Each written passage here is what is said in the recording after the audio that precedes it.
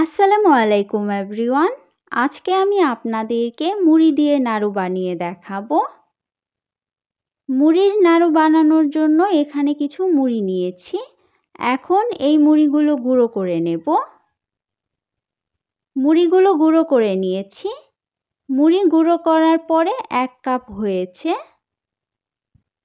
এখানে একটি প্যানে 1/2 কাপ জ্যাগেরি নিয়েছি। এখন এখানে পানি দিয়ে দিচ্ছি। এখন জাল দিয়ে জ্যাগেরি গলিয়ে নেব।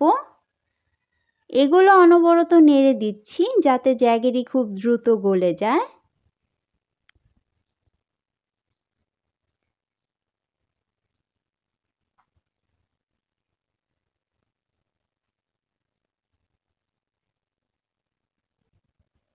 এখানে জ্যাগেরি গলে গিয়েছে।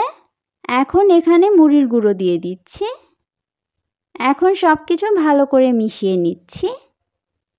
এগুলো অনবরত নেড়ে ডোয়ের মতো বানিয়ে নেব।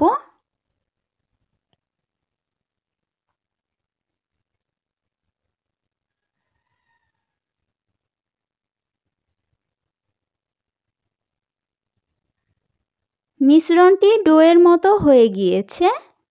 এখন এই পর্যায়ে এখানে 1/2 চা চামচ এলাচের গুঁড়ো দিয়ে দিচ্ছি। এখন সব কিছু আবারও ভালো করে মিশিয়ে নিচ্ছি। মিশ্রণটি প্যানের গা ছেড়ে দিয়েছে। মিশ্রণটি নাড়ু বানানোর জন্য পারফেক্ট হয়ে গিয়েছে। এখন এগুলো চুলা থেকে নামিয়ে নেব। মিশ্রণটি চুলা থেকে নামিয়ে হালকা ঠান্ডা করে নিয়েছি। এখন নাড়ু বানিয়ে আপনাদেরকে দেখাচ্ছি। নাড়ু বানানোর জন্য হাতে তেল মেখে নিয়েছি। এখান থেকে অল্প করে মিশ্রণ নিয়ে এভাবে হাতের সাহায্যে চেপে তারপর 2 হাতের সাহায্যে গোল করে নিচ্ছি। এভাবে নাড়ুগুলো বানিয়ে নেব। আমি আরও একটি নাড়ু আপনাদেরকে বানিয়ে দেখাচ্ছি।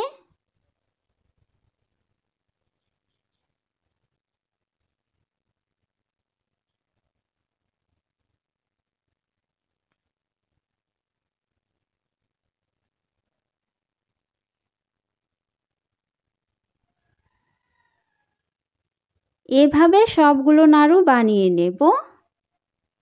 সবগুলো নাড়ু বানিয়ে নিয়েছি।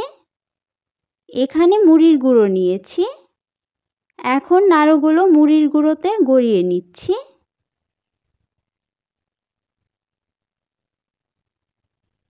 সবগুলো নাড়ু মুড়ির গুঁড়োতে গড়িয়ে নিয়েছি। এখন একটি নাড়ু আপনাদেরকে ভেঙে দেখাচ্ছি। এই নাড়ুগুলো রুম টেম্পারেচারে 3 দিন সংরক্ষণ করে রাখা যাবে, একটুও নষ্ট হবে না। আজকের মতো আমি এখানেই বিদায় নিচ্ছি। আল্লাহ হাফেজ।